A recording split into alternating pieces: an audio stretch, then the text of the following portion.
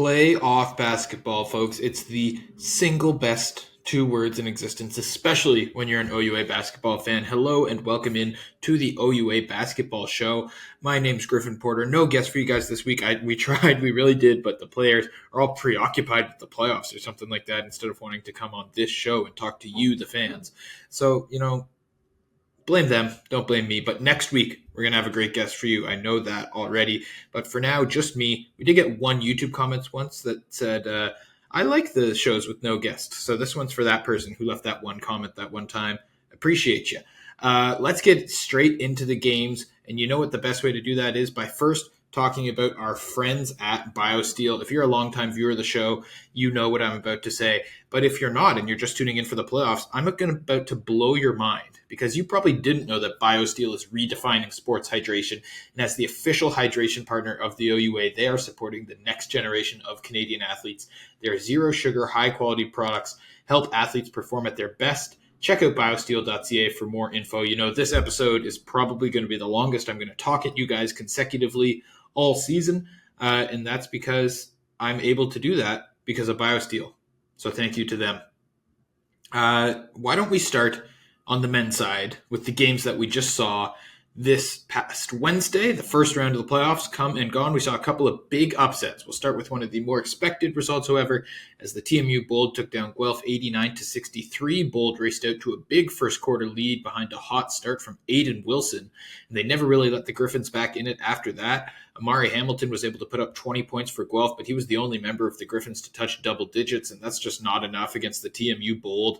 Shout out to friend of the show, Aaron Rooms, who finishes on 21 points with just 13 shots. A very efficient game for Aaron Rooms as the Bold pull off the big win, despite going just 4 of 14 from the free throw line. That's something they're going to have to get there more, and they're going to have to make them when they get there as we head into the quarterfinal.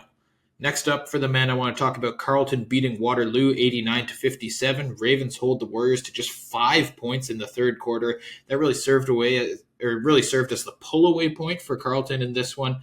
It was a single-digit game at halftime, but that 5-point third quarter sort of the death knell for the Waterloo Warriors this season. 32% shooting for the game for Waterloo, a great defensive effort by Carleton as they move forward into the next round. Next, we get to the first of our first-round upsets as Laurentian goes to Windsor and takes down the Lancers 75-59. This one's technically an upset. Windsor was just one better in the regular season, one win better, I should say. So there was always going to be a good matchup. Laurentian using the clutch fourth quarter to pick up the win. They were actually down by 8 after the first, but slowly climbed back throughout the game. And then in the fourth, they win the fourth quarter 25-12 to take the huge playoff victory. Ngunyu and Gala had 14 points in that final frame to carry them over the line. A great game from him, and we will see them in the quarterfinal. And finally, we have our biggest upset on the men's side as the Ontario Tech Ridgebacks take down the Brock Badgers. Put on a defensive masterclass in this one. They hold Brock to just 44 points. This was a Badgers team that averaged 75 points per game in the regular season, so a crazy defensive showing. Brock is limited to just 12 of 54 shooting from the field. That's 22% if you're as good as mental math as I am. Just did that in my head lightning quick. Ontario Tech forces 19 turnovers as well. Just incredible playoff performance. We always say defense wins championships. Ontario Tech taking the first step right now with an incredible defensive performance. Congratulations to them. Why don't we stay in recap mode here as we head over to the women's side? We also got some fun first-round matchups over on that side of the ball. Home teams take all 4 wins, no upsets in the first round, starting with a win for the Badgers, so they do still have their women's team alive as Brock takes down Laurentian 81-72 despite 20 points from the great Emily Lafond. A fantastic season for her. Congratulations as that one comes to an end. Old friend of the show, Madeline Weinert, put up 25 points, and Olivia Fiorucci added 14 off the bench as Brock made it rain from deep. They take 43 three-pointers in this game, more than 10 per quarter. Clearly the plan of attack for Brock, and knock them down at a decent enough clip to take the win. We will see them in the next round. In the next game, Queens takes home a low-scoring win against Waterloo, 61-48. Gales hold the Warriors to just 30% from the floor. Waterloo taking only 9 threes in this game, not enough to overcome the balanced attack from Queens.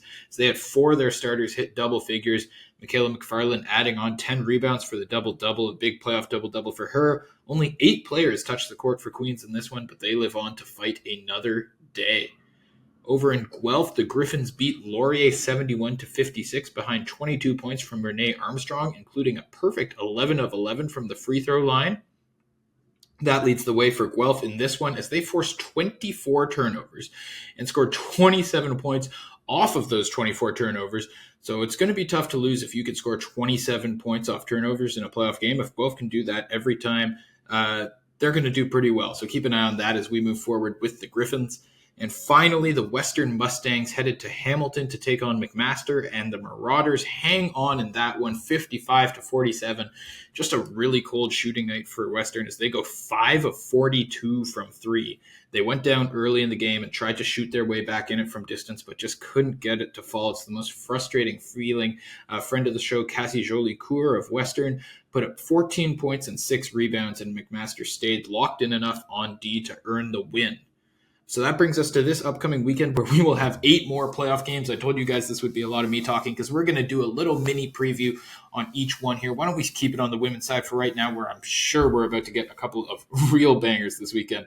We'll start with Brock's trip to Toronto to take on the TMU Bold. All eyes for this one will be on Madeline Weiner. She's my pick for OUA MVP this year, and there's going to be almost no defense in the province that has been able to stop her. So big pressure on the TMU defense and big pressure on Weiner as well. TMU has had the 4th best defense in all of Ontario this year, so they know how to take stuff away. Brock's going to need their other players, great players like Angeline Campbell, maybe knock down a couple of threes early on, force the defense to spread out a little bit, give Weiner room to work. But there's a great team around Madeline Weiner coming out of St. Catharines. TMU also a very good rebounding team. That's something Brock has struggled a little bit more with, so that'll be something to keep an eye on in this game goes on. I'm Toronto based, for those of you who don't know, so I'm hoping to be in the building for this one. Really excited to see how it all goes down. We'll move next out to Windsor, where the Lancers are playing host to Guelph. We were just talking about Guelph's aggressive D in the win over Laurier. So Windsor, you got to take care of that ball. Luckily, they're pretty good at that in the regular season. They only average 16 turnovers per game. These are 2 of the top 7 teams in defense in the regular season, so I'm expecting a lower, grinded-out, classic playoff game. You got that 3-headed attack for the Windsor Lancers, Julia Sherratt, Callie Grutenboer, and Leia Tate. Let's see if any of them can bust through that tough Guelph defense and really make a difference. That'll be a good one to watch. Next up, we have the McMaster Marauders going to Ottawa to take on the undefeated Carleton Ravens, and this is going to be a really fun one as the 2 best offenses in the league match up and go head-to-head in the playoffs. So the potential difference in this one, you're thinking 2 best offenses in the league. What's it going to come down to? Carleton, also a top 3 defense. MAC 12th in points allowed per game. That's how I measure defense usually. Don't allow points. So we know that Carleton can play at both ends of the floor, but can MAC do enough on D to allow their offense to keep up? That's the big question. You know you're going to get a great defensive effort from them. It's just, is it going to be enough to slow down this Carleton attack? I can't wait to find out the answer. I'm going to be really excited to watch that one. And finally, our last women's game promises to be another big one as Queens heads to Ottawa to take on the GGs. Ottawa takes both of the regular season matchups. We've been talking about these 2 teams all season long. You guys know what I have to say about both of them. The final game of the season was one of those regular season matchups. That one went to Ottawa, but both of those games were wins by less than 10 for the GGs. One thing to keep an eye on, the University of Ottawa still haven't really found an answer for Brooke Hussey yet. She's averaged 23.5 points in the 2 games versus Ottawa. She could have another big one on Saturday. Meanwhile, for me, Ottawa's got to get good play from Natsuki Suzuki. She went 16-6-4 in the one win against Queens and 18-5-6 in the other win against Queens. She's where their wins come from, and she always brings her best in the playoffs. I can't wait to see what she pulls out on Saturday. That one should be an instant classic. And finally, we'll finish things off on the men's side, where we will get many of the same teams in action again. So we'll keep it in Ottawa for now, where we'll see the Laurentian Voyageurs go up against the GGs. Ottawa won both of those regular season matchups. One of them was a close game, one of them not so much. Laurentian is one of the better 3-point shooting teams in Ontario. They're right there with the GGs in terms of 3-point percentage, 3rd and 4th in the province. So if they get hot from downtown, that might be their best path to make this one a tight game. Look for them to be taking a lot of those. Hopefully they fall down and we get a really good game. We'll swing up north where we got Ontario Tech heading into Thunder Bay to take on the Thunder Wolves. Shout out to friend of the show, Nate Balamu, who finished 2nd in Ontario in scoring this year. So you know he's ready to have a big game and a big playoffs, but Zubair Syed on the Ridgebacks is more than capable of matching him blow for blow. So Lakehead can't rely solely on their star factor to overcome Ontario Tech's star factor because they're right there. Syed's a great scorer. If you're the Lakehead Thunderwolves, you also got to play responsible defense in this one. Ontario Tech, no team has taken more or made more free throws in the OUA this year than Ontario Tech. They do a great job of drawing contact, absorbing that contact, getting to the line. You got to be tough when legal, or tough but legal, I should say, when you're defending for the Lakehead Thunderwolves. So this should be a really good one. Lakehead won the only regular season matchup, but that was all the way back in November. This is now. Anyone could take this game. Speaking of games that anyone could take, the TMU Bold heading to Western to take on the West Division champ, the Mustangs. Aaron Rooms has had an MVP level season, but is he going to be enough to overcome this incredible Western offense? He's got his great supporting cast behind him, of course, but Mateo Zagar is going to feast down low as he always does. Lucas Sheets, always dangerous from beyond the arc, and Noah Ochudi can beat you from anywhere on the court. This Western team can throw so many different looks at you on offense. It's really got to be a nightmare to try and prepare a defensive game plan for. Don't get distracted by the fact that TMU technically had the better record in the regular season. Western is more than capable of getting red hot. TMU is going to need everything they got. This should be a fantastic game. And finally, we got another classic OUA East matchup in the second round here. Carleton heading out on the road, heading down the 401 to take on the Queens Gales in Kingston. First-year sensation, Ollie Engen, he's been the story, or at least one of the biggest stories for the Gales this year. We'll see what he looks like in his first taste of playoff action. You know, it's your first ever OUA playoff game. I don't know if I would want to draw the Carleton Ravens, talk about a program that knows how to get it done in the playoffs. So we'll see if he's able to meet the moment. The Kingston native, I'm expecting big things out of him in his OUA playoff debut. Now, the book on the Gales, if you're playing against the Gales, is get ready to defend. They took over 1,700 field goal attempts from the floor this season. No other team even took 600. So they were over 100 ahead of the second place team. They get a lot of shots up. Carleton, you got to be on your best rebounding game. You got to try and force some turnovers. You got to try and slow the game down a little bit, because if you let Queens play the way they want to play, they can run you out of the gym. The more shots you allow Queens to take, the more they're going to make. This should be a great game. Whew. Thank you guys for tuning into this one and letting me talk at you for 12 minutes here, tolerating all of my stumbles and my pauses to swallow. You know, the saliva builds up in your mouth when you're talking this much.